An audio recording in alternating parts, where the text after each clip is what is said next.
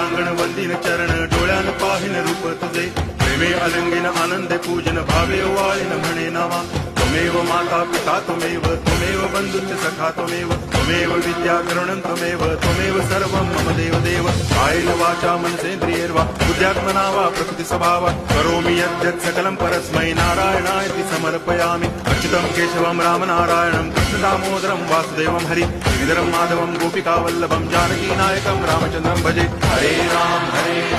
Ram Ram Hare Hare Hare Krishna